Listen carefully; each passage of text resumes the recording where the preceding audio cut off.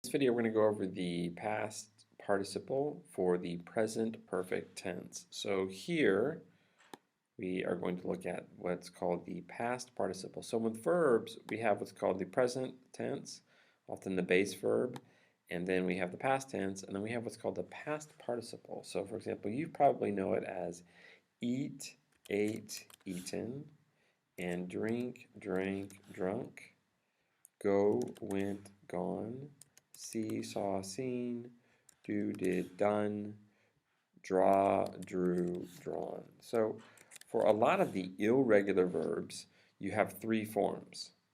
But sometimes we just have two forms. For example, think, thought, thought. So it's the same. It doesn't change between the past tense and the past participle. Or felt, feel, felt, felt.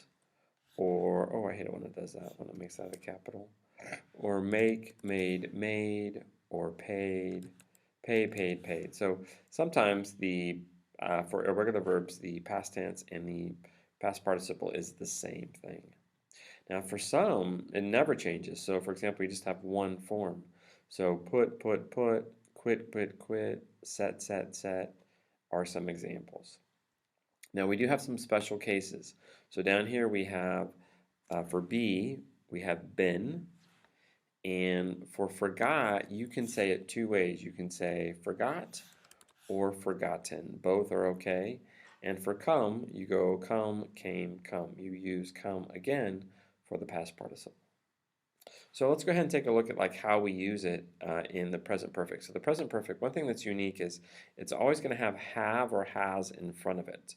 So it doesn't matter if it's a question, if it's a statement, or it's a negative sentence, it always has have in front of it. So for example, this one right here we have, when is the last time you have eaten? You'd be like, oh, I have not eaten since this morning. Or when is the last time you slept? I have not slept since this morning. So here for drank, drunk, oops, let's go back there. So we have, how much have you drunk tonight? You're like, oh, I haven't drunk much. You could say, how much have you eaten tonight? I haven't eaten much. How much have you done tonight? I haven't done much. So next we have, where has she gone? Say, oh, you know what? She's gone home. And here we have the contraction, she has gone home, she's gone home. Often talking about movies, you might say, hey, have you seen this movie? You go, oh yeah, I've seen it twice. Or your friend does something, makes a lot of noise. You're like, hey, what have you done? You're like, I haven't done anything. And maybe you draw a picture and your friend can't tell, what is it? What is that? So then I say, hey, what have you drawn? And be like, oh, I've drawn a picture of a park. So those are some examples of when you would use the past participle, irregular, when you have three types of the verb. Now, if you only have two types, it's easy. You never have to get confused if you use the past tense or not. So, for example, have you thought it over? Maybe you're thinking about something and they want to answer, hey, have you thought it over? Yes, I have thought it over. Or maybe somebody's asking about experiences. Have you ever felt sad? You might say, hey, you know what? We have all felt sad at one time. Or you're cooking and somebody smells it like, ooh, smells good. What have you made for dinner? Or actually, I said, what have you made for dinner? So that's a mistake. You'd be like, oh, I've made my special pasta. You go to a restaurant with your friends and your friend wants to know, did you pay the bill? So they say, hey, have you paid the bill? You go, you know what?